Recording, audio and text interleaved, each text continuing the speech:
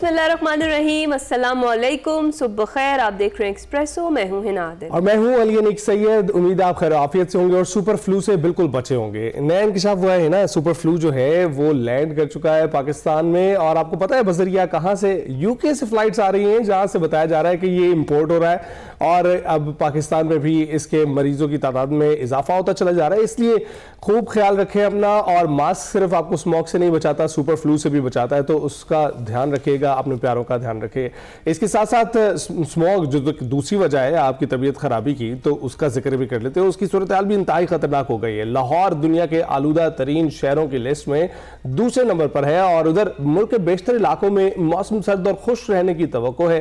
शहर कायद में बलोचिस्तान से चलने वाली यखबस्ता हवाओं से मौसम मजीद सर्द हो गया है और कराची का दर्जा हरारत आज से तीन रोज के दौरान मामूली बढ़ सकता है। तो कराची में भी कुछ तब्दीली है। कल तो अगर देखा जाए तो कल दूसरे नंबर पर था कराची और लाहौर चौथे नंबर पर था। आज लाहौर दूसरे नंबर पर। जी हाँ, इसके साथ साथ पाकिस्तान के आलूदा तरीन शहरों में इस वक्त गुजरांवाला का पहला नंबर चल रहा था। ये क्योंकि अपडेट होता रहता है हर आधे घंटे बाद इंडेक्स जो है, एयर क्वालिटी इंडेक्स, तो उससे ये तब्दीली पता चलती जा रही है। महकमे मौसमियात के अकॉर्डिंग 20 से 21 दिसंबर के दरमियान कराची में बादल छा सकते हैं, लेकिन बारिश का कोई नहीं है। और इसके साथ साथ लाहौर के लिए भी कहा जा रहा था कि एक नया सिस्टम जो है वो दाखिल हो रहा है, तो मे भी उससे बारिशें बरसे, जो कि 19 दिसंबर से दाखिल होना है और उसके बाद बारिशों का कहा जा रहा था। लेकिन अभी तक कोई इस हवाले से कंफर्म न्यूज़ नहीं है कि बारिशें होंगी या नहीं, या फिर ये ड्राई दिसंबर होगा और सर्दी जो है वो शिद्दत के साथ पड़ेगी। इसी तमाम तर सूरत हाल पर हम बात करेंगे। मुख्तलिफ बड़े शहरों से हमारे नुमाइंदगान हमारे साथ मौजूद हैं।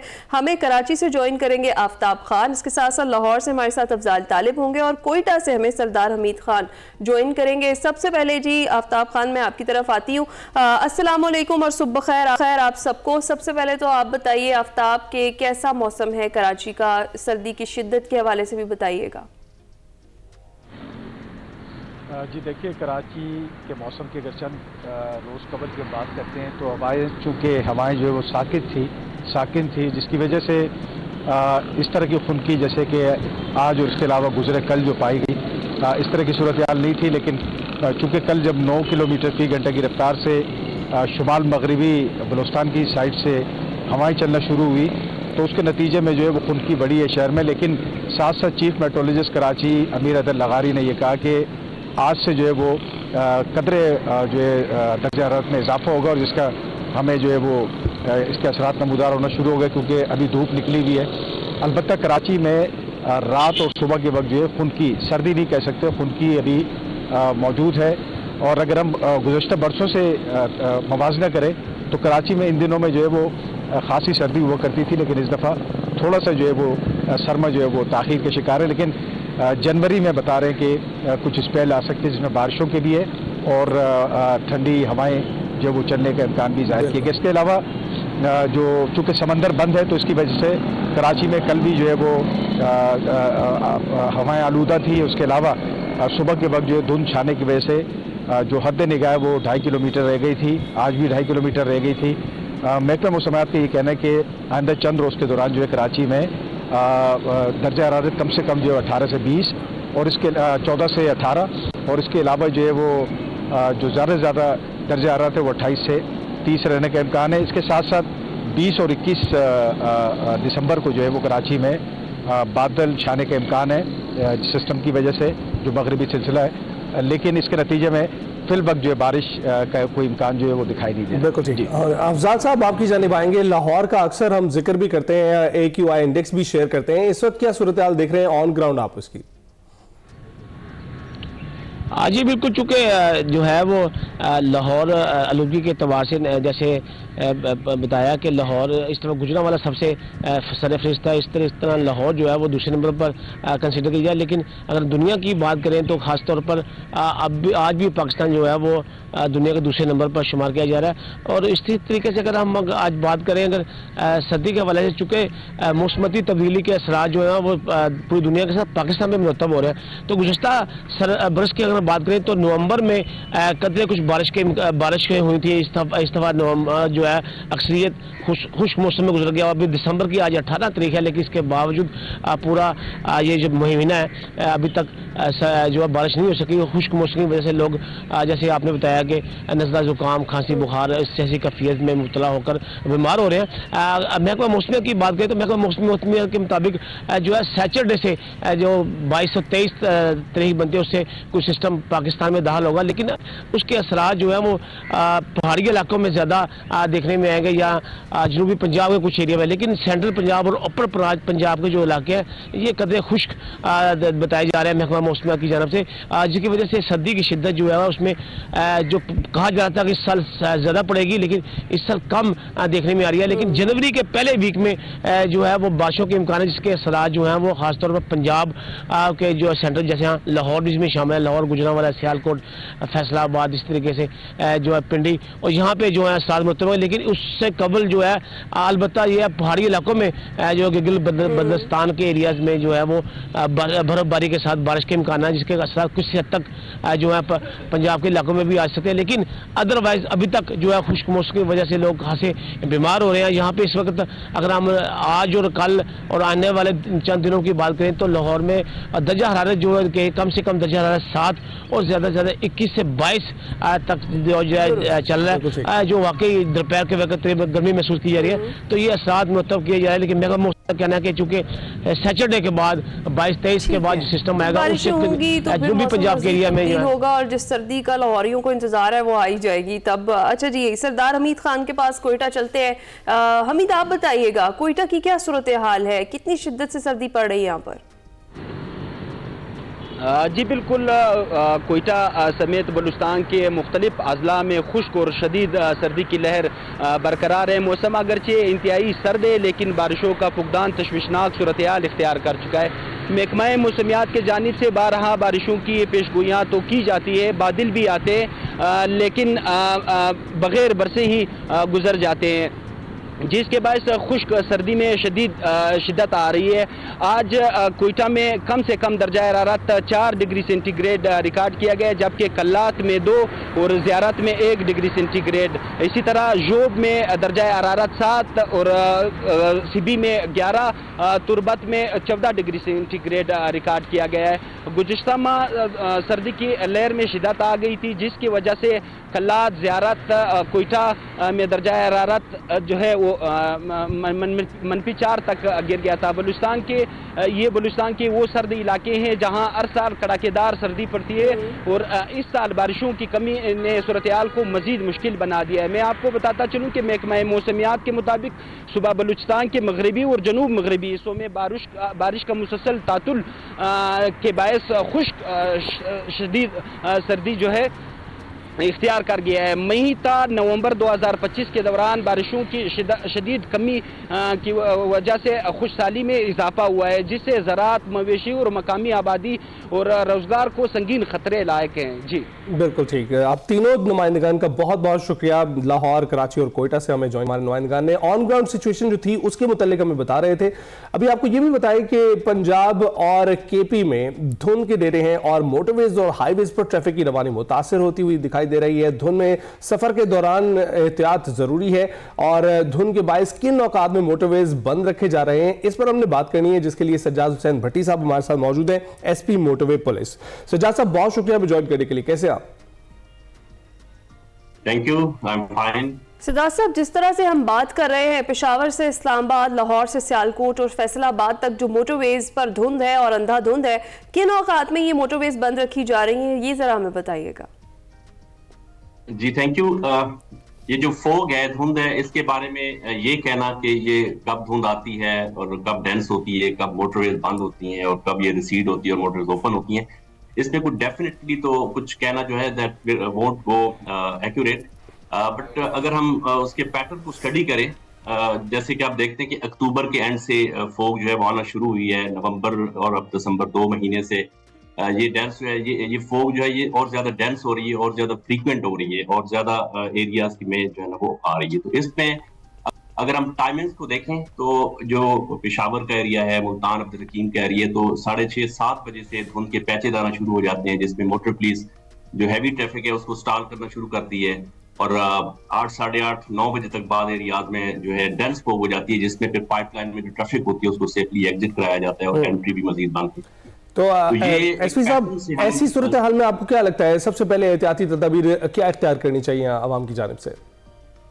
जी, वेरी इंपॉर्टेंट क्वेश्चन। इसमें जो हिफाजती तदाबीर है उसमें सबसे इम्पोर्टेंट फोग लाइट का इस्तेमाल है। हम देखते हैं कि जो हमारे रोड यूजर हैं वो आम जो हमारी हेडलाइट्स होती हैं उन पे रिलाय करते हैं, और उसमें एक मिसकंसेप्शन ये है कि उसकी हाई बीम पे चलते हैं। तो लो बीम पे चलना है, फोग लाइट्स का इस्तेमाल करना है, क्योंकि फोग लाइट्स जो हैं उनकी वेवलेंथ जो है वो ऐसी होती है ज्यादा कि वो दूर तक आप देख सकते हैं। इसमें स्पीड बहुत क्रूशियल है कि आपने स्पीड को एडजस्ट करना है, रिड्यूस करना है अकॉर्डिंग टू रोड कंडीशंस और आपकी जो हद निगाह है उसके मुताबिक। सेफ डिस्टेंस को आपने डबल करना है 2-3 सेकंड से 6-8 सेकंड। और सेफ डिस्टेंस के हवाले से बताइएगा, जिस तरह आप कह रहे हैं उसे डबल करना है, तो कितना सेफ डिस्टेंस मेंटेन किया जाना चाहिए खासतौर पर धुंध के औकात में? ये जो सेफ डिस्टेंस है इसका फार्मूला जो है वो 2 सेकंड से 3 सेकंड फार्मूला होता है कि आगे जो आपकी गाड़ी जा रही होती है उससे आपकी गाड़ी जो है वो 2 से 3 सेकंड के फासले पर हो। यानी अगली गाड़ी अगर किसी ऑब्जेक्ट को क्रॉस करे तो आपकी गाड़ी वहां पर पहुंचने में 2 से 3 सेकंड है। ये एक नॉर्मल वेदर और नॉर्मल रोड कंडीशंस के लिए फार्मूला है। लेकिन अगर डेंस फोग है, इंक्लीमेंट वेदर है, रोड स्लिपरी होता है, आपको पता है, तो इसमें प्रिकॉशन ये है कि आपने इसको डबल करना है, इसको दुगना कर रहे हैं और उसको 6 से 8 सेकंड पे ले जाएं, ताकि इन केस के अगर खुदा ना खास्ता को आगे इमरजेंसी को ब्रेकिंग हो तो आप उस गाड़ी को कंट्रोल कर सकें और उस कोलिजन को अवॉइड कर सकें। राइट। तो सजाद साहब, ये जो QR कोड वाला तजर्बा है ये कितना कामयाब रहा है? जी, ये एक NHMP ने एक जो लेटेस्ट इनिशिएटिव लिया है, और ये जो आपका पहला सवाल था उसी के कॉन्टेक्स्ट में ये है कि ताकि इंस्टेड कि आप स्पेकुलेट करें या आप फोन करें, इधर उधर से इंफॉर्मेशन गैदर करें कि मोटरवेज कब क्लोज होती हैं, कब ओपन होती हैं, तो ये QRF कोड जो है ये इंट्रोड्यूस करवाया गया है। तो आपका जस्ट स्मार्टफोन जो है उसने जस्ट उसको स्कैन करना है, तो जितने भी हमारे सोशल मीडिया के जितने पेजेस हैं वो ओपन हो जाते हैं और यू कैन व्यू वर्चुअली कि इस वक्त मोटरवे की क्या कंडीशन है और कहां पर क्लोज है और कहां पर ओपन है। तो इसको हम डिसेमिनेट कर रहे हैं, आपका चैनल भी इसको डिसेमिनेट करेगा। तो एवरी पर्सन मतलब ही will have in his cell phone the capacity कि वो उसको देख सके। Right.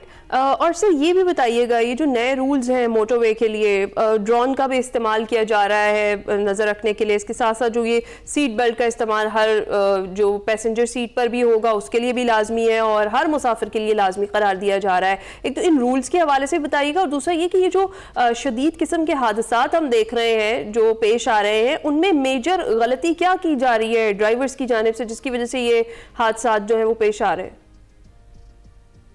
Ji, starting from seat belt जो है ये जैसे मोटरसाइकिल के लिए हेलमेट जरूरी होता है, इस तरह गाड़ी के जो ऑक्यूपेंट्स हैं उन सब के लिए सीट बेल्ट उतना ही मैंडेटरी होता है। ये इन केस ऑफ कोलिजन जो है ये खुदा ना खास्ता मतलब फैटेलिटी से आपको इंजरी की तरफ लेके आता है। तो ये एक बहुत ही इंतहाई जरूरी एक इकदाम है सेफ्टी प्रिकॉशन में कि आप जब गाड़ी में बैठे तो सीट बेल्ट को जो है ना फासन करें। इसमें जो आप ड्रोन की बात कर रहे हैं तो ड्रोन की तरफ टेक्नोलॉजी की तरफ ज़ाहिर ट्रांसफॉर्मेशन हो रही है, मतलब मोटर फ्लीट जो है वो अडॉप्ट कर रही है। उसमें ड्रोन जो है वो मुख्तलिफ एरिया स्पेसिफिक हम ऑपरेशंस को जो है जैसे कलर कहार है, जैसे और हमारे कुछ ऐसे एरियाज हैं जिनको हमने स्पेसिफाई किया और उसमें ड्रोन टेक्नोलॉजी को M14 है, हमारी हजारा मोटरवे है। तो इस पे आप देखते हैं कि जो मूविंग वायलेशन है जैसे लेन वायलेशन है, कोई जिगजैग कर रहा है, कोई रेकलेसली ड्राइव कर रहा है, सीट बेल्ट नहीं बांधी हुई, मूविंग वायलेशन को हम इसके जरिए सर्विलेंस करके मॉनिटर करके फिर आगे हम उनको रोकते हैं और एनफोर्स करते हैं।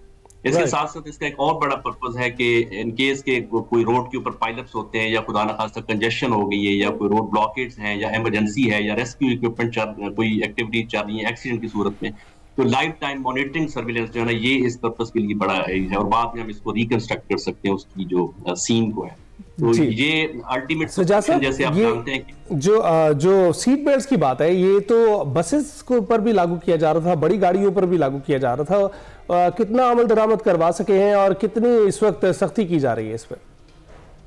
जी, इसमें PSPs जो है जैसे आपने राइटली पॉइंट आउट किया है कि उस पर हमारी कैंपेन चल रही है सीनियर ऑफिसर की डायरेक्शन पे। उसमें हम हमारे जो PSP MIS पॉइंट है जिसमें हम जो हमारी जितनी भी PSP गाड़ियां हैं वो रजिस्टर्ड हैं, उनके ड्राइवर्स रजिस्टर्ड हैं। कोई भी गाड़ी ऐसी नहीं है, स्पेशली जो हमारा M2 नॉर्थ जो स्टार्टिंग पॉइंट है इस्लामाबाद का और इधर हजारा में सवात एक्सप्रेस वे पे M1 पे और आगे भी, तो ये हमारे पॉइंट्स डेडिकेटेड है जहां पर PSPs की फिटनेस चेक होती है, ड्राइवर्स की अलर्टनेस चेक होती है, उसकी ऑथराइजेशन क्वालिटी चेक होती है। तो उसमें साथ साथ ये भी हम देखते हैं, मेक श्योर करते हैं, उनको ब्रीफ करते हैं और उनको एनफोर्स भी करते हैं कि ड्राइवर ने भी और जो पैसेंजर्स हैं वो सीट बेल्ट उन्हें लगाई हुई। तो बाद ऐसी बसेस भी हैं जिनमें सीट बेल्ट नहीं है, तो उनको हम ऑफ रोड भी करते हैं, उनको पेनलाइज भी करते हैं, और ये हम सेंसिटाइज कर रहे हैं और इस तरफ जा रहे हैं कि 100% के इंशाल्लाह अल्टीमेट जो है तमाम जो PSP के पैसेंजर्स में हैं इंक्लूडिंग द क्रू जो है वो सीट बेल्ट बांध। Right, in the end Sajjad साहब कुछ कहना चाहेंगे आवाम को जो खास तौर पर मोटरवेज पर, हाईवेज पर ट्रैवल करते हैं, उनके लिए कितना ज़्यादा ज़रूरी है ये जो हिदायत आपने दी उन पर अमल दरामद करना, क्योंकि अभी तो उस तरीके की धुन नहीं है, आगे आने वाले दिनों में मज़ीद ज़्यादा हो जाएगी, तो फिर तो बहुत ज़्यादा ज़रूरी होगा कि बहुत ख्याल से ड्राइव किया जाए। जी डेफिनेटली जब आप रोड के ऊपर सड़क पे जाएं, क्योंकि धुंध आजकल है, इंक्लीमेंट वेदर है, तो ट्रैवल को प्लान करें। आपकी जो 10 बजे से लेकर 8 बजे तक ट्रैवल करना ये सेफ है, और अगर फोग आ जाए दौरान ड्राइविंग तो उसमें आप टेल गेटिंग से अवॉइड करें। बाद वक्त हम बम्पर से बम्पर गाड़ी जोड़ लेते हैं, अपनी ड्राइविंग करें। अलर्टनेस बहुत जरूरी है, कोई डिस्ट्रैक्शन को, सेल फोन को, अपने जो को पैसेंजर हैं उनके साथ एंगेज होना, मतलब ये बिल्कुल एडवाइजेबल नहीं है।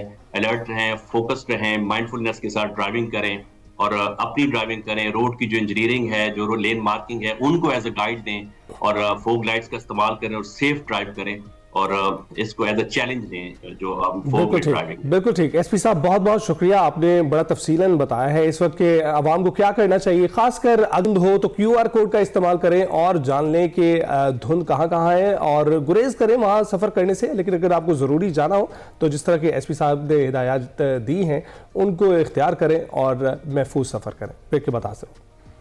Welcome back to Expresso. अब कुछ बात कर लेते हैं परदेश में रहने वाले देसियों की। यहाँ आज दुनिया भर में तारकीन वतन का आलमी दिन मनाया जा रहा है और ये दिन अक़वाम मुत्तहिदा के तमाम मेंबर ममालिक में हर साल मनाया जाता है। तारकीन वतन का आलमी दिन मनाने का मकसद बैनुल अक़वामी सतह पर जो तारकीन वतन हैं उनकी खिदमात, हुकूक से मुतालिक शऊर उजागर करना है और आलमी सतह पर महाजरीन को दरपेश मसाइल का अजाला करना है। अक़वाम मुत्तहिदा के महकमा बराए इक़्तिसादी और समाजी उमूर के मुताबिक दुनिया भर में तकरीबन 272 मिलियन बैरून मुल्क मुकीम अफराद में से पाकिस्तान दुनिया का 7वां बड़ा बैरून मुल्क मुकीम पाकिस्तानियों का हामिल मुल्क है। इस दिन की अहमियत और ओवरसीज़ के मसाइल पर हमने बात के लिए में ज्वाइन कर चुकी हैं समन राय साहिबा, कमिश्नर ओवरसीज़ पाकिस्तानी कमीशन है। अस्सलाम वालेकुम समन, गुड मॉर्निंग, कैसी हैं आप? वालेकुम अस्सलाम, बिल्कुल ठीक हूँ, बहुत शुक्रिया। सबसे पहले समन ये बताइएगा कि आज के दिन मनाने का मकसद क्या है? सबसे पहले तो I would like to thank you because ये इतना इंपॉर्टेंट टॉपिक है, बट इस पे हमने कभी इतनी डिटेल में बात नहीं की। आज का दिन पूरी दुनिया में सेलिब्रेट किया जा रहा है और पाकिस्तान उन चंद ममालिक में आता है जहाँ पे 10 मिलियन से ज़्यादा डायस्पोरा इस वक्त पाकिस्तान से बाहर सेटल्ड है, इधर फॉर वट एवर रीज़न, लेकिन वो पाकिस्तान से बाहर इस वक्त सेटल हैं and they are major engine of growth and human development. So United Nations decided in 2000 to keep this contribution into view, celebrate it, or at the same time highlight the challenges which are associated with it.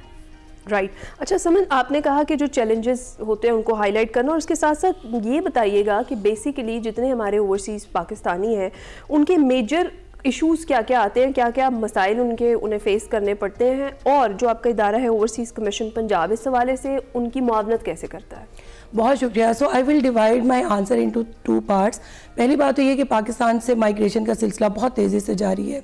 So people are migrating for job reasons, employment, हमारी youthful population है, so that offers an exciting opportunity to move to other countries. और आपको पता है इस वक्त 38 अरब dollar से ज़्यादा रेमिटेंसेस की फॉर्म में पाकिस्तान में तरसीलात आ रही हैं जो कि ओवरसीज़ भिजवा रहे हैं। सो ये तो बहुत ब्राइट साइड है, लेकिन at the same time they are facing lots of issues and challenges.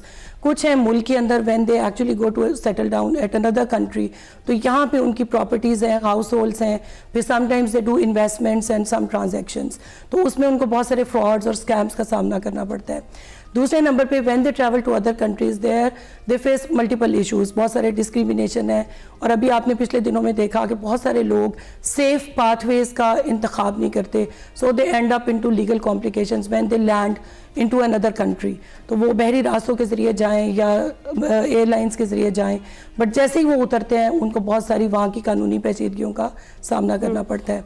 तो ओवरसीज़ पाकिस्तानी कमीशन तकरीबन पिछले 11 साल से एक डेडिकेटेड इदारे के तौर पे काम कर रहा है, जिसमें ओवरसीज़ जो पंजाब से ताल्लुक़ रखते हैं उनके तमाम मैटर्स को वी डील। एक ऑनलाइन पोर्टल है, बहुत आसान एक्सेस है, so they can contact any time and then we are there to help them. Right, बिल्कुल ठीक। तकरीबन 38 अरब डॉलर्स जो है रेमिटेंसेस भिजवाते हैं बाहर बैठे जो तारकीन वतन है पाकिस्तान में। तो हम कितना सर्व कर पा रहे हैं उनको, अगर वो पाकिस्तान की तरफ देखते हैं और उनको सर्विसेज यहाँ पर चाहिए होती हैं, तो हाउ सक्सेसफुल आर वी?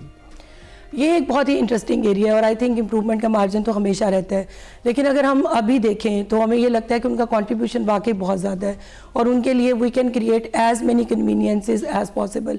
और उसी चीज़ को मद्देनज़र रखते हुए हुकूमत पंजाब ने एक तो ओवरसीज़ पाकिस्तानीज़ कमीशन, ये इदारा जहाँ पे मैं आजकल कमिश्नर काम कर रही हूँ, इसको इस्टेब्लिश किया और इसके साथ साथ we are opening lots of facilitation desk, so if they are visiting Pakistan and they face any issue और problem they can just go there and resolve it within a few minutes.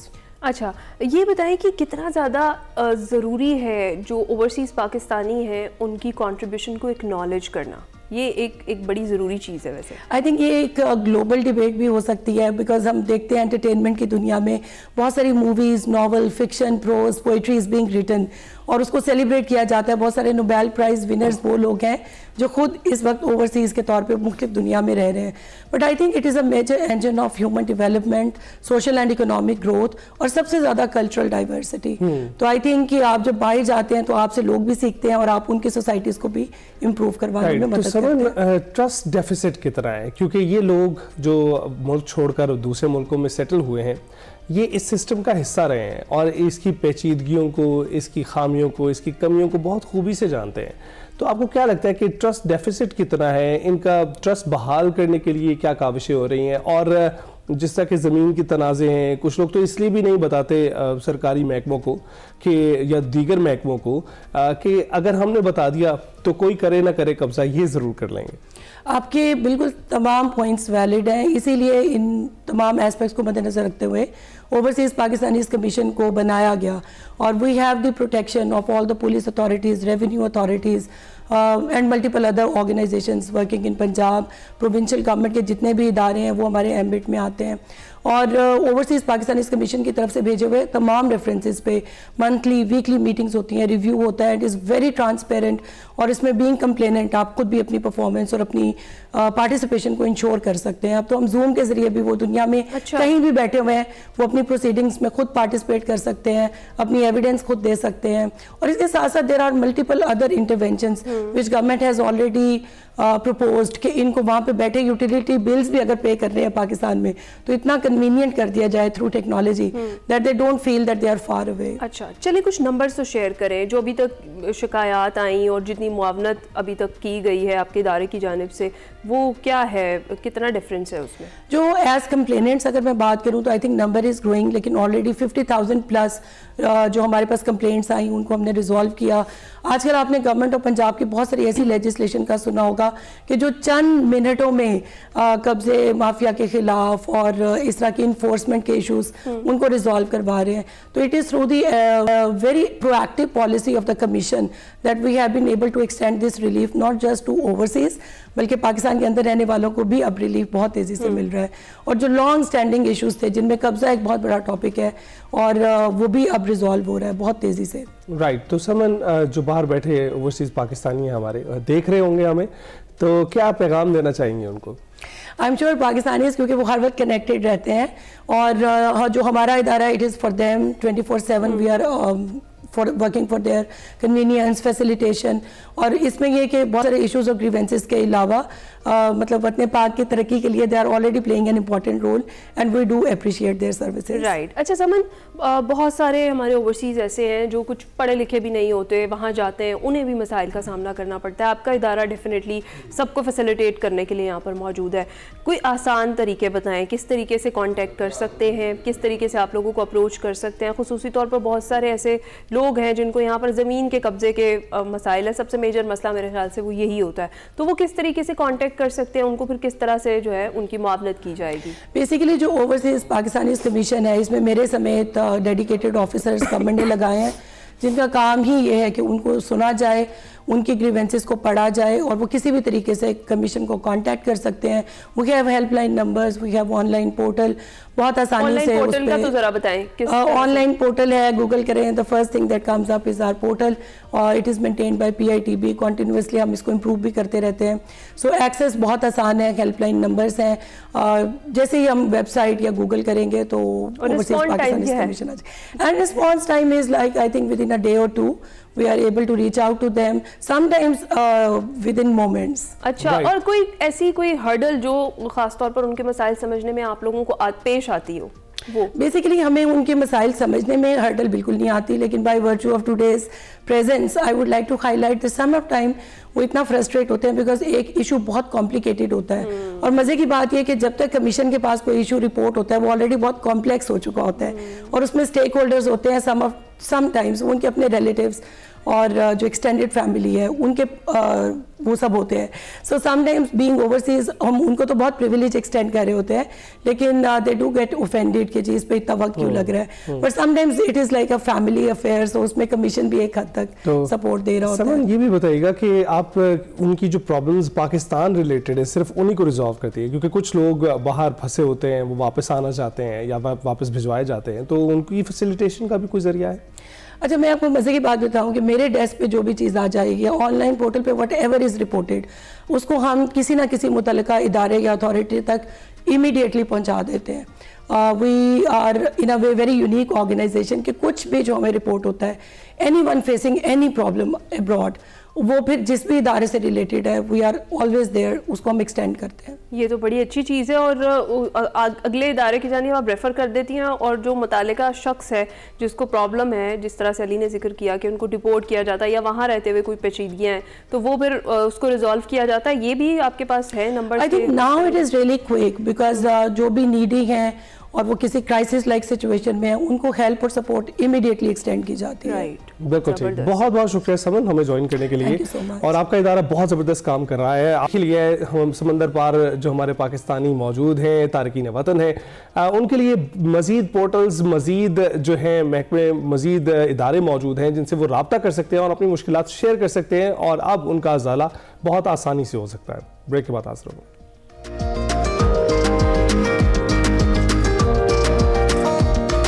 Welcome back. पानी जो जिंदगी है, लेकिन अगर यही पानी जहर बन जाए तो आज हमारे साथ एक ऐसी साइंसदान मौजूद हैं जो इस पर तबसरा कर सकती हैं, बता सकती हैं। लेबॉर्ट्री तक महदूद नहीं है बल्कि गली मोहल्लों, स्कूलों और बस्तियों तक जाकर पानी और सेहत के ताल्लुक को समझा रही हैं, अमली इकदामात उठा रही हैं, और उनके माहौलियाती, सेहत और पानी के मयार पर साइंसी तहकीक की वजह से उन्हें जर्मनी में जो जॉर्ज फॉस्टर रिसर्च अवार्ड है उससे नवाजा गया है।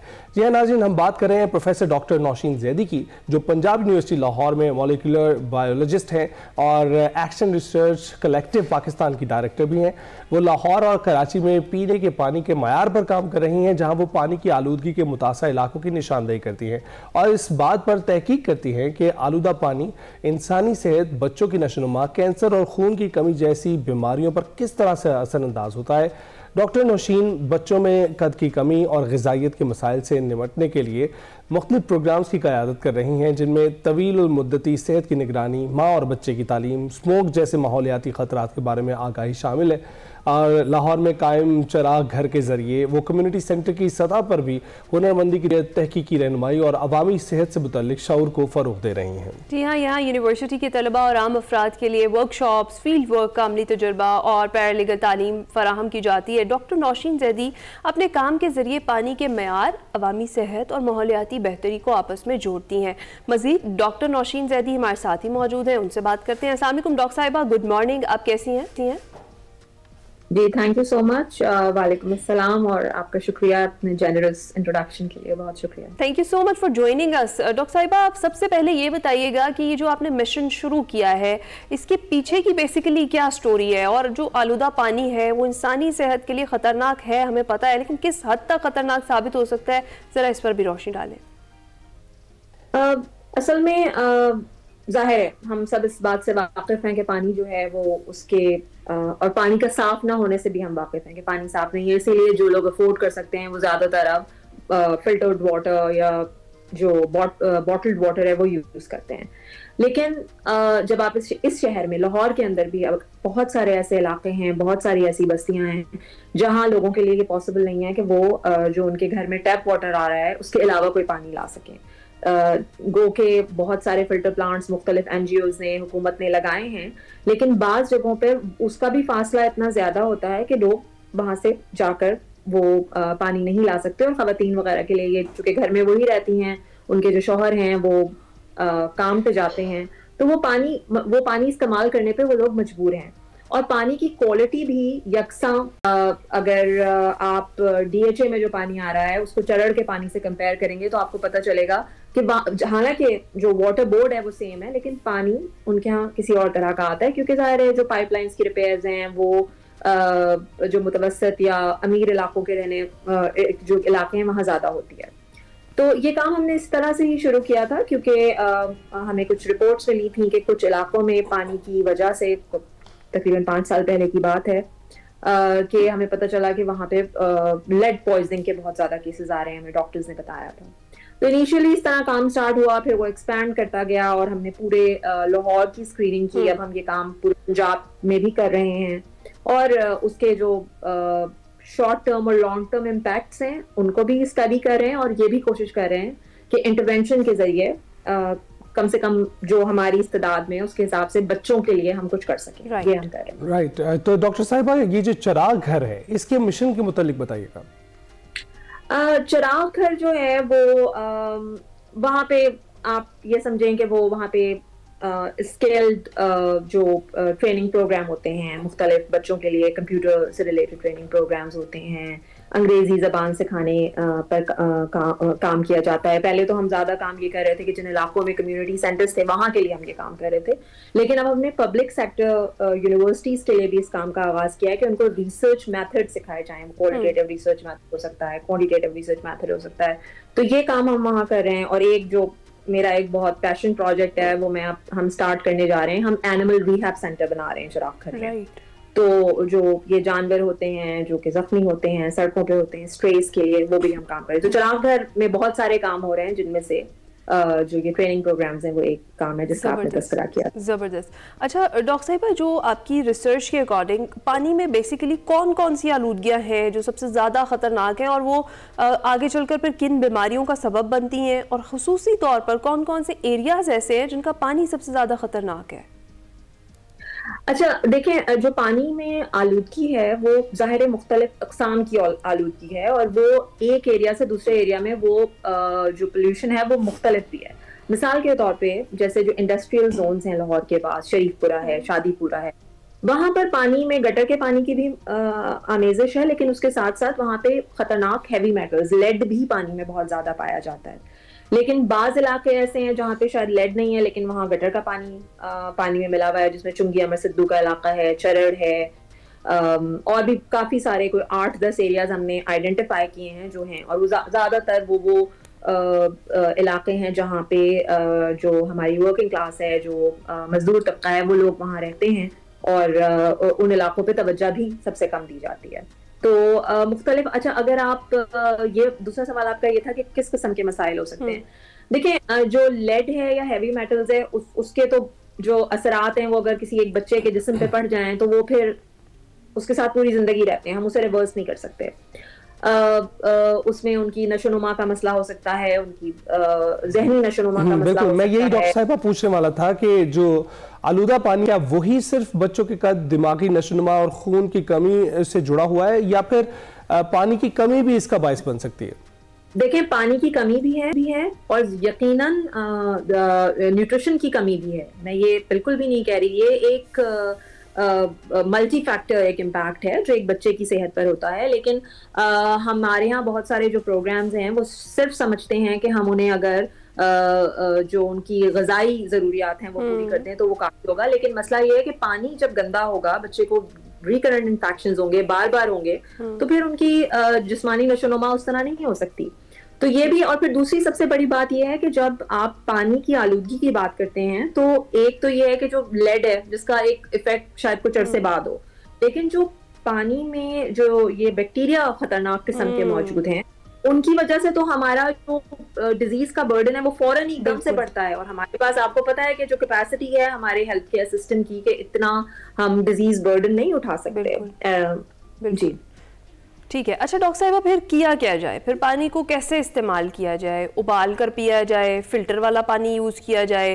मतलब पानी के हवाले से आम लोगों को आप क्या मैसेज देंगे, और ये भी कि लोग किस तरीके से रज़ाकाराना तौर पर ये जो आपका काम है, जो आपका इनिशिएटिव है बड़ा ज़बरदस्त है, उसके साथ जुड़ सकते हैं? देखें, एक तो जाहिर है इस इनिशिएटिव से जुड़ने का तो तरीका ही है कि लोग हमें ईमेल कर सकते हैं, फिर हम देखेंगे कि आगे क्या किया जा सकता है। हमें सोशल मीडिया पे हमारे चराग घर का एक्शन रिसर्च कलेक्टिव के पेजेस मौजूद हैं, हमारे साथ रब्ता करें, और हमारे साथ लोग करते हैं। हम बहुत से लोगों के साथ, बहुत से इदारों के साथ हम इसी तरह जुड़े हैं। जहां तक पानी का ताल्लुक है, देखें, इसीलिए हम वाटर वर्कशॉप्स कराते हैं मुख्तलिफ एरियाज में, और उस जगह के पानी की आलूगी के हिसाब से उन्हें बताया जाता है कि आपके लिए बेहतर सोल्यूशन क्या है।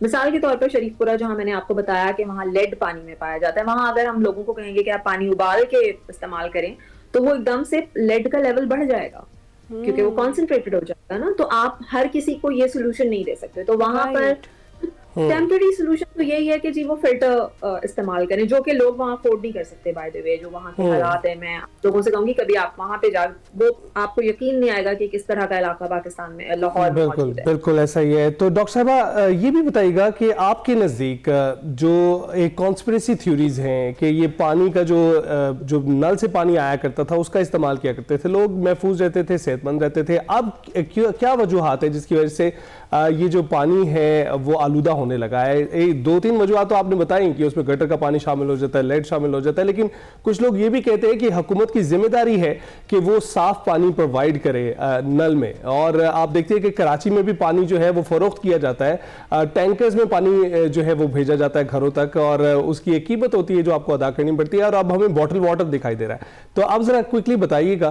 कि आपके नज़दीक क्या वजूहात है जो ये पानी आलूदा होना शुरू हो गया है? देखिए, जो वजूहात हैं वो तो फिर बहुत एक कॉम्प्लेक्स उसका जवाब होगा। उसमें ज़ाहिर पानी की कमी भी है, उसके अंदर जो मैंने जैसे शुरू में कहा था कि पाइपलाइंस की रिपेयर जो होनी चाहिए जल्दी, वो शायद जल्दी तो नहीं, मतलब एक टाइम के ऊपर वो नहीं हो रही है। ठीक है, इस तरह प्लानिंग से रिलेटेड बिल्कुल ठीक है। वजह बहुत सारी हैं, फैक्टर्स बहुत सारे हैं, लेकिन वाकई जिम्मेदारी हुकूमत की भी है और हमारी भी है कुछ अपनी सेहत के लिए। बहुत शुक्रिया। डॉक्टर नौशीन जैदी साहिबा हमारे साथ मौजूद थी। अभी हम ब्रेक पर जाएंगे।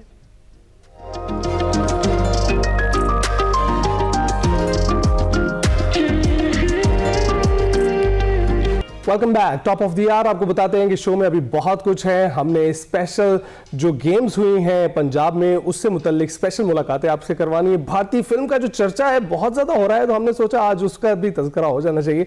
लेकिन उससे पहले सेगमेंट सफ़र है शर्त की बात करते हैं। आज बात हो रही है कि गशब की उड़ान के बगैर हुंजा नगर की तस्वीर मुकम्मल नहीं होती। ऐसा क्यों है, आइए जानते हैं।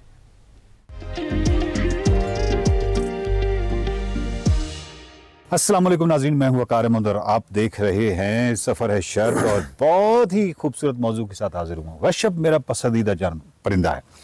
गशब की मैं जहानत का मुतरफ़ हूँ और बाकायदा इस पर साइकोलॉजी में, यानी उस तरफ आप जाएँ, इसके माइंड का मुताला करें तो आप इसकी जहानत के मद्दा हो जाएंगे। इसके अंदर एक मेमोरी है, यानी एक यादाश्त की ऐसी एक इसके अंदर सलाहियत है जो आप यूँ समझिए कि मैं जो चीज़ों को इकट्ठा करता हूँ और माल दौलत इकट्ठा करता हूँ उस इनसिक्योरिटी की वजह से, क्योंकि वो मेमोरी, पास्ट की मेमोरी मुझे बताती है कि कुछ चीज़ें जो हैं अगर इकट्ठी ना की जाएं तो मतलब रिस्क है। तो उस जो रिस्क को एवल्यूएशन है, ये पास्ट की एक्सपीरियंसेस की मदद से वो उसी सूरत में हो सकती है अगर आपके पास मेमोरी है।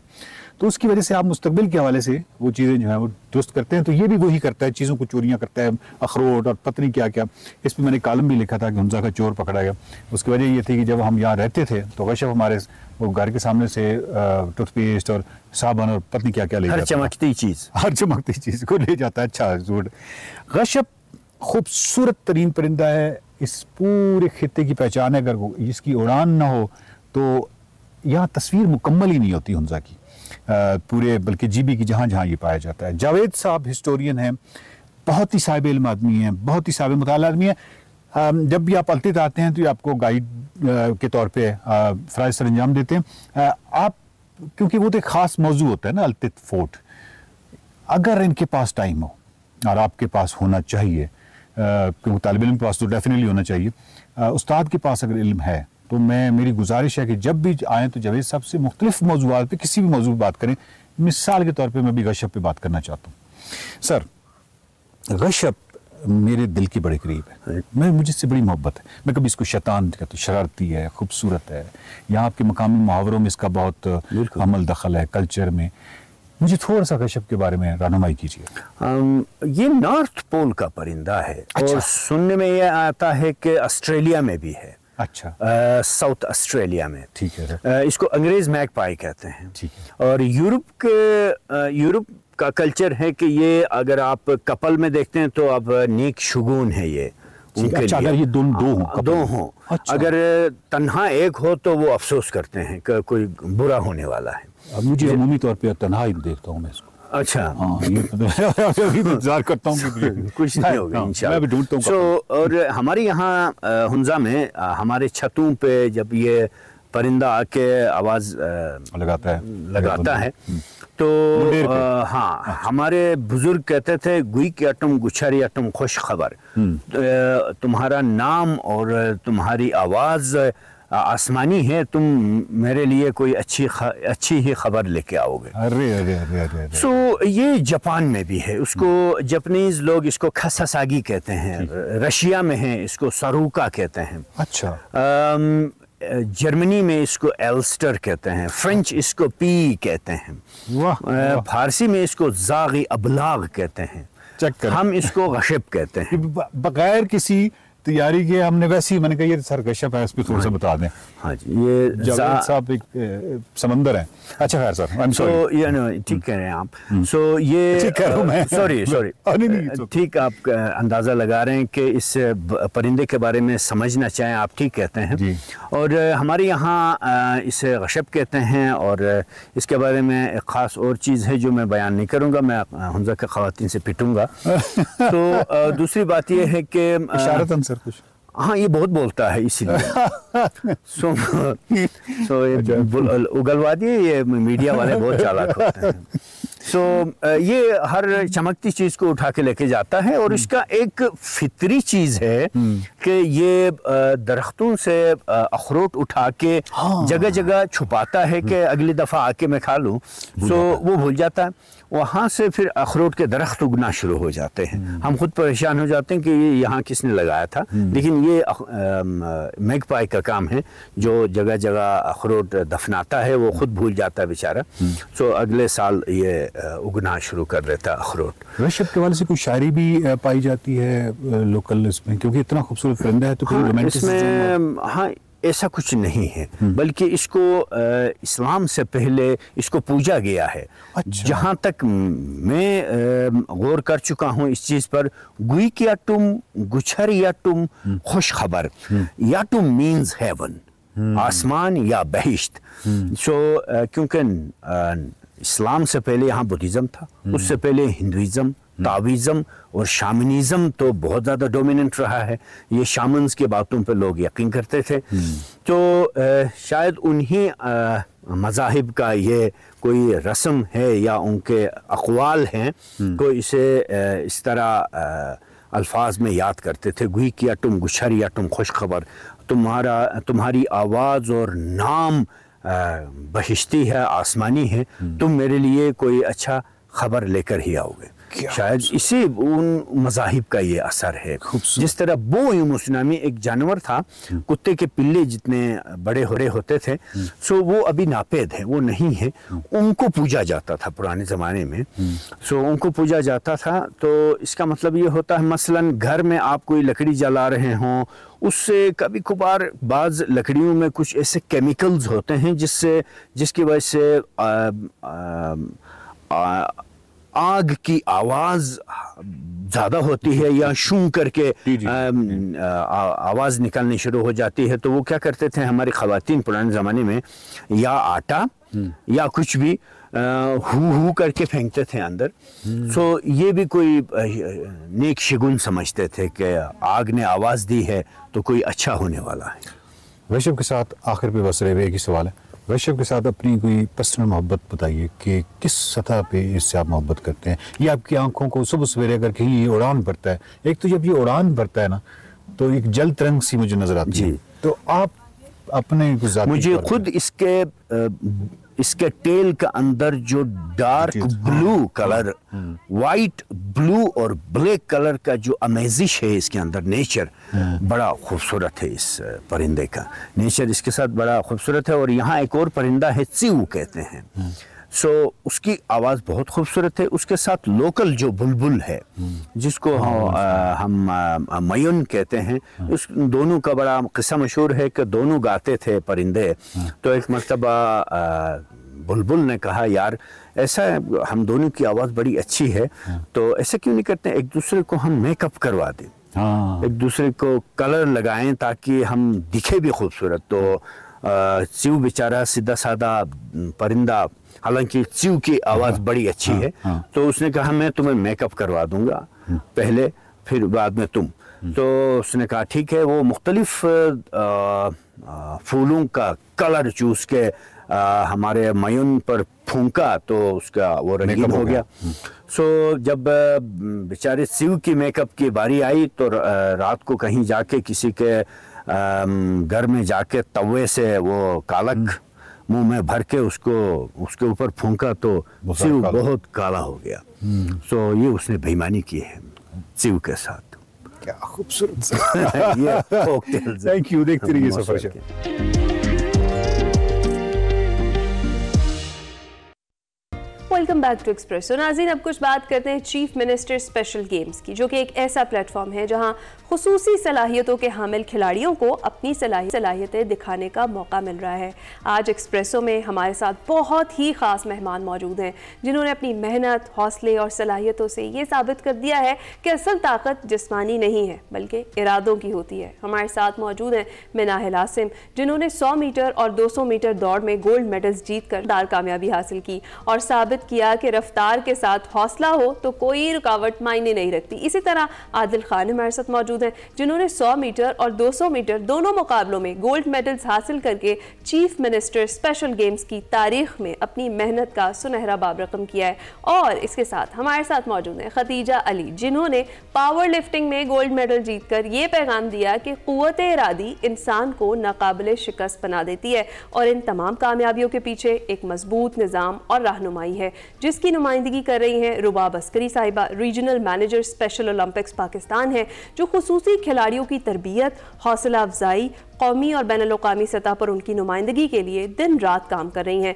आज हम इन तमाम मेहमानों के साथ ना सिर्फ उनकी कामयाबियों का जिक्र करेंगे बल्कि ये भी जानने की कोशिश करेंगे कि किस तरह से स्पेशल गेम्स ने इन खिलाड़ियों की ज़िंदगी बदल दी है या इनके टैलेंट को और निखारा है। रुबाब अस्करी साहिबा हमारे साथ मौजूद हैं, इसके साथ साथ मिनाहिल आसिम, आदिल खान और खदीजा अली हमें ज्वाइन करें। अस्सलाम वालेकुम रुबाब साहिबा, गुड मॉर्निंग, आप कैसे हैं?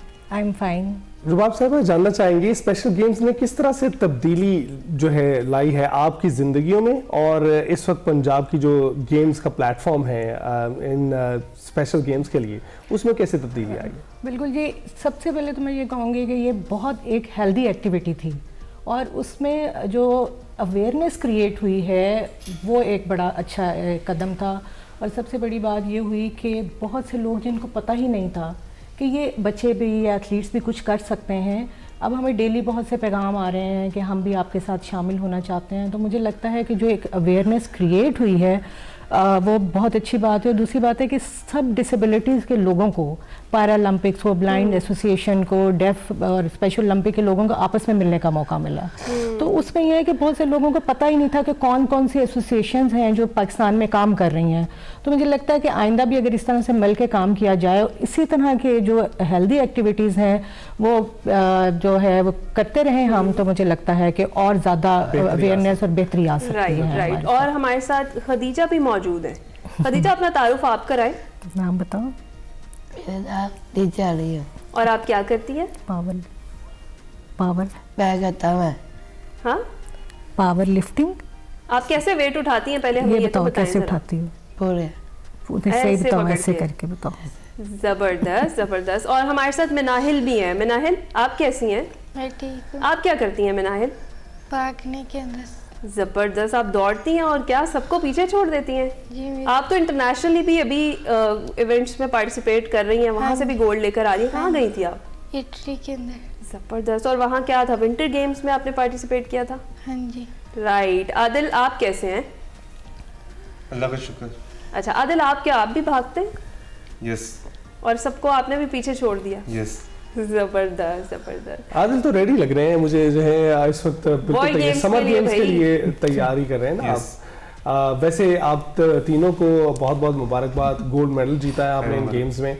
रुबाब साहब, कितनी मेहनत शामिल थी इन तमाम बच्चों की इसमें? जी, बगैर मेहनत से तो कोई भी चीज़ पॉसिबल नहीं है। तो हम इनके साथ तो जब काम करते हैं, हम वेरी अर्ली स्टेजेस पे काम कर सकते हैं। हमारा सबसे जो शुरू का प्रोग्राम है वो यंग एथलीट्स का है, जिसमें 2 ईयर से हम बच्चे की ट्रेनिंग स्टार्ट कर देते हैं। 2 से 7 साल में बच्चों को बेसिक स्किल सिखाई जाती है, उसके बाद उनको डिफरेंट प्रोग्राम्स में हम पार्टिसिपेट कराते हैं। सॉरी टू कट यू, हम आपकी जानिब दोबारा आते हैं। वेलकम बैक टू एक्सप्रेसो जी। हमारे साथ हमारे खुसूसी मेहमान मौजूद हैं, उनसे हम बात कर रहे हैं। चीफ मिनिस्टर स्पेशल गेम्स में पार्टिसिपेंट्स जो थे वो हमारे साथ स्टूडियो में मौजूद है।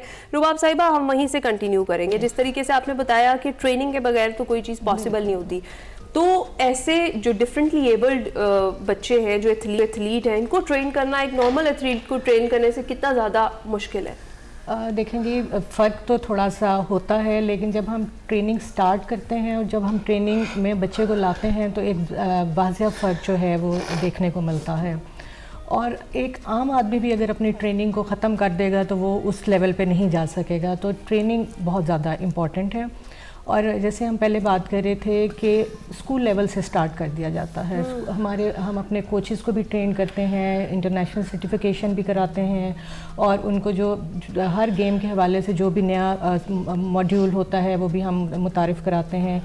फिर बच्चों को भी ट्रेन किया जाता है। हमारे बहुत से एथलीट्स हैं जो अब एज अ कोच काम कर रहे हैं, हमारे असिस्टेंट कोच काम कर रहे होते हैं, फिटनेस ट्रेनर काम कर रहे हैं, फिटनेस कैप्टन हम उनको कहते हैं।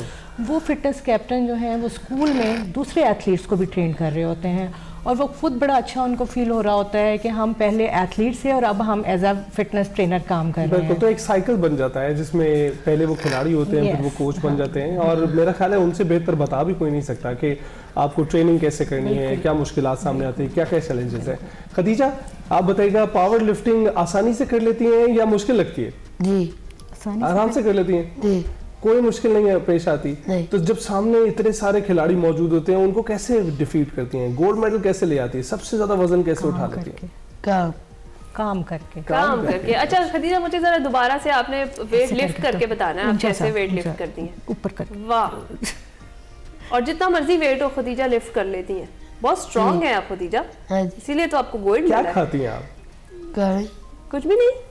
आपका फेवरेट फूड क्या है खदीजा? अंडा खाती हूँ। अंडा खाता तू भी तब है। अच्छा, जबरदस्त। अच्छा मिनाहिल, आप बताएं, आप हैं तो इतनी स्मार्ट सी, तो आपको तो भागने में कोई मसला होता ही नहीं होगा। अच्छा मुझे बताएं, जब आप इंटरनेशनल लेवल पर गई पार्टिसिपेट करने, जब आपने वहाँ से भी गोल्ड लेकर आई पाकिस्तान के लिए, तो वहाँ कैसा लगा आपको? नए दोस्त बने आपके? हाँ जी। कितने दोस्त आपने वहाँ बनाए? 2 दोस्त बनाए। और कैसा लगा आपको वहाँ जाके खेलना? और अच्छा। तो इटली में क्या और अच्छा क्या लगा है? घूमी फिरी भी आपने, देखी पुरानी जगह, कोलिसियम, ट्रेवी फाउंटेन, इन जगहों पर गई आप? सब देखा, सब अच्छा लगा वहाँ पे, है ना? अच्छा आदिल, आप बताइए कैसा आपका ये एक्सपीरियंस रहा, ये जो चीफ मिनिस्टर गेम्स का? अल्हम्दुलिल्लाह अच्छा रहा। अच्छा, जबरदस्त। और इतने सारे एथलीट्स को देख के घबराए तो नहीं आपके? सबने पार्टिसिपेट करना है? कितने घंटे देते हैं रोजाना आप अपनी गेम को? कितना वक्त देते हैं? कितनी ट्रेनिंग होती है? कितनी देर भागते हैं ट्रेनिंग में? रोजाना, राइट। अच्छा रुबाब साहिबा, किस तरीके से मैनेज किया जाता है ट्रेनिंग को? टाइम्स होते हैं सुबह के टाइम में, फिर उसमें? जी बिल्कुल, जैसे मैंने आपको पहले बताया कि ज़्यादातर काम हम स्कूल्स में दे रहे होते हैं कि हमारे डिफरेंट अगर ट्रेनिंग जो स्पेशल ओलंपिक है ईयर अराउंड ट्रेनिंग है। ये नहीं है कि कोई इवेंट आया है तो आपने ट्रेनिंग करनी है। इस टाइम भी पूरी दुनिया में कहीं ना कहीं कोई ना कोई एथलीट जो है अपनी ट्रेनिंग कर रहा होगा। तो जब रेगुलर ट्रेनिंग की जाती है तो उससे फिर इम्पैक्ट ज़्यादा बेहतर आता है। उसके अलावा हमारे विंटर कैंप्स, समर कैंप्स लगते हैं, तो टाइम टू टाइम ट्रेनिंग के साथ साथ हम कैंप्स भी करते हैं। जैसे अभी हमारा समर कैंप लगा था, आजकल हमारे रीजनल गेम्स चल रही हैं। रीजनल के बाद हम स्पेशल गेम नेशनल गेम में जाएंगे। उसके बाद 2027 में इंशाल्लाह हम वर्ल्ड गेम में चिली साउथ अमेरिका में जाएंगे। तो इस तरह से तैयारी कराई जाती है। फिर जब नेशनल में से जो हमारे सुपरस्टार एथलीट्स निकलेंगे वो सारे साल फिर ट्रेनिंग करेंगे, फिर इस तरह से एक एथलीट्स को हम तैयार करते हैं। तो खदीजा बातें कर रही थी, खदीजा हमसे भी बातें करे, बताएं क्या बात कर रही थी? बहुत मजेदार सी बात लग रही है। मैंने नहीं की। खाने के मुतालिक बात हो रही थी। क्या खाना चाहती है? आप कुछ खाना चाहती हैं खदीजा जी? क्या नहीं अच्छा रुबाब साहिबा, जिस तरह से हमने ट्रेनिंग की बात की, आपने कहा स्कूल लेवल से ये सब कुछ शुरू हो जाता है। मैं एक चीज़ आपके तवज्जो से चाहूँगी कि वो सब पेरेंट्स जिनके पास स्पेशल यानी डिफरेंटली एबल्ड चाइल्ड्स हैं वो ये समझें कि कितना ज़्यादा ज़रूरी होता है अपने इस तरह के बच्चों को किसी एक्टिविटी की तरफ लगाना, ना कि उनको आप घर बिठा कर रखें और वो हाइपर एक्टिव हो और फिर आपको उनकी टेक केयर करनी पड़े। माशाल्लाह से ये फुली ट्रेंड हैं और ये किसी पे डिपेंडेंट नहीं है। तो ये फ़ायदा शुरू से आपको स्कूल भेजने का और ट्रेनिंग करवाने का और एक्टिविटी की तरफ लगाने का होता है बेसिकली, तो ये ज़रा बताइएगा। बिल्कुल जी, देखिए जब एक घर में कोई भी स्पेशल पर्सन पैदा हो जाता है तो हम उस चीज़ को ख़त्म नहीं कर सकते हैं, लेकिन हम उसको बेहतर ज़रूर कर सकते हैं। आप खुद भी देखिए कि अगर हम भी घर में रहें पूरा वक्त तो आप खुद भी एक डिप्रेशन का शिकार होना शुरू हो जाते हैं। तो इन जो बच्चे हैं जो स्पेशल नीड के साथ हैं, इनकी भी सेम नीड हैं जो एक आम इंसान की होती हैं, तो उन नीड को समझने की ज़रूरत है। और जो एक बच्चा जब स्कूल में आता है, देखें घर में सिर्फ वही माहौल होगा, वही बहन भाई या पेरेंट्स होंगे, लेकिन जब वो स्कूल में आता है, कम्युनिटी में आता है तो उसके फ्रेंड्स बनते हैं, वो डिफरेंट लोगों से मिलता है। जैसे अब आप ये देख लें माशाल्लाह, ये डिफरेंट इवेंट में नेशनल इंटरनेशनल लेवल पे पार्टिसिपेट करते हैं। तो स्कूल की जो ट्रेनिंग है, फिर टीचर्स हैं, फिर आपको होमवर्क मिल रहा होता है, फिर हर बच्चा यूनिक है, चाहे वो जिस भी किस्म का है वो यूनिक है, उसकी एक अपनी स्ट्रेंथ है, तो हमें उस स्ट्रेंथ को पॉलिश करने की जरूरत है। तो रुबाब साहब आप बता रही थी मिनाहिल ने विंटर जो है गेम्स उसमें हिस्सा लिया था, तो विंटर गेम्स के लिए क्या खास प्रैक्टिस करनी पड़ती है? क्योंकि आमतौर पर विंटर्स से मुकाबला करने की सलाहियत जो है हमें यहाँ पर मौजूद नहीं, हम गर्म खित्ते से ताल्लुक़ है। अब ये देखें कि पंजाब का अगर एक एथलीट है तो हम गर्मी वाले खित्ते में रह रहे होते हैं, लेकिन इस दफ़ा हमने यहाँ से भी एथलीट्स तैयार किए। 3 एथलीट थे जो पंजाब में से गए और माशाल्लाह तीनों ने ही मेडल्स लिए। तो उसमें ये होता है कि सबसे पहले हमने इनको सैंड पे ट्रेनिंग कराई, दरिया रावी के किनारे। हम सुबह सुबह जाते थे, हम इनको वहाँ पे ट्रेनिंग कराते थे। उसके बाद फिर हमारी खानसपुर और नलतर में -27 था डिग्री, जिस पे हमने वहाँ पे स्नो गिर रही होती थी, लेकिन यह है कि हम जा रहे होते थे और वहाँ पे हम ट्रेनिंग कर रहे होते थे। उसका ये फ़ायदा हुआ कि जब हम इटली में गए तो हमें स्नो में उस तरह से मुश्किल पेश नहीं आई। जब लास्ट डे था, जब मिनाहिल रेस में पार्टिसिपेट कर रही थी तो फुल स्नो गिर रही थी और हमें नज़र नहीं आ रहा था कि कौन सा एथलीट, और माशाल्लाह ये इतना तेज़ भागी। और वहाँ भी ये होता है कि वो अनाउंस कर देते हैं कि जी गोल्ड है, लेकिन एक फिर ऑफिशियल रिजल्ट आता है, तो आप यकीन करें कि जब तक ऑफिशियल रिजल्ट नहीं आया तो हमारी धड़कनें जो थी, लेकिन आप लोगों की मेहनत थी, आपका ट्रस्ट था, आपकी ट्रेनिंग थी, वो रंग ले आई। बहुत बहुत शुक्रिया। रुबाब साहिबा हमारे साथ मौजूद थी, खदीजा हमारे साथ मौजूद थी, मिनाहिल आपका भी शुक्रिया, आदिल आपका भी शुक्रिया। हमने आपकी बहुत ही प्यारे मेहमानों से मुलाकात करवाई है। अभी हम ब्रेक पर जाएंगे।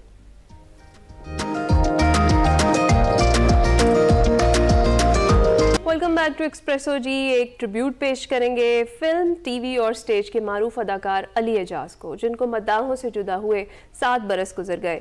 मारूफ अदाकार अली एजाज 1941 में लाहौर में पैदा हुए। अपने बचपन के दोस्त मारूफ मज़ाहिया अदाकार मुनव्वर ज़रीफ के ज़रिए फ़नी दुनिया में कदम रखा। 1960 की दहाई में थिएटर से अपने फ़नी करियर का आगाज़ किया। लाहौर से टीवी की नशरियात का आगाज़ हुआ तो सिलसिलावार खेल लाखों में 3 पेश किया जाने लगा। इस खेल में उनके मुनफरिद किरदार ने उन्हें खासी मकबूलियत दी। टीवी प्ले दुबई चलो और ख्वाजा एंड सन्स में बूढ़े के किरदार ने तो अली एजाज की शोहरत को 4 चांद लगा दिए। खिदमात के एतराफ़ में अली एजाज को हुकूमत पाकिस्तान ने 14 अगस्त 1993 को सदारती तमगा बराए हुस्न कारकर्दगी से नवाजा। वो 18 दिसंबर 2018 को हरकत क़ल्ब बंद हो जाने से इंतकाल कर गए थे, लेकिन अछूते किरदारों की वजह से अपने चाहने वालों के दिलों में वो आज भी जिंदा हैं। छोटा सा ट्रिब्यूट हमने उनको पेश किया। इसके साथ ही आपसे इजाज़त चाहेंगे। मुलाकात होगी कल। अपना ख्याल रखिएगा, फीडबैक ज़रूर दीजिएगा। अल्लाह हाफ़िज़।